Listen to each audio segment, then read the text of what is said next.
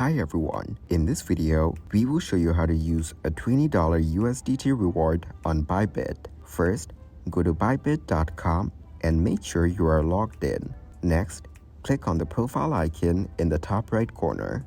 Then click on My Rewards. Here, you will find your rewards. Click on Claim to get them. After claiming your reward, check the My Events or My Tasks section. In this section, you will see your $20 welcome reward. Click on I Claim Now. After clicking, you will see an option to go to. Click on it. To start trading, you need to complete identity verification. This step unlocks access to all BYBIT products. Once verified, click on Derivatives. Then click on Trade Now.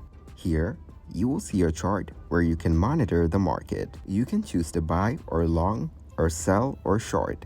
You can place an order based on quantity or value. Thanks everybody for watching.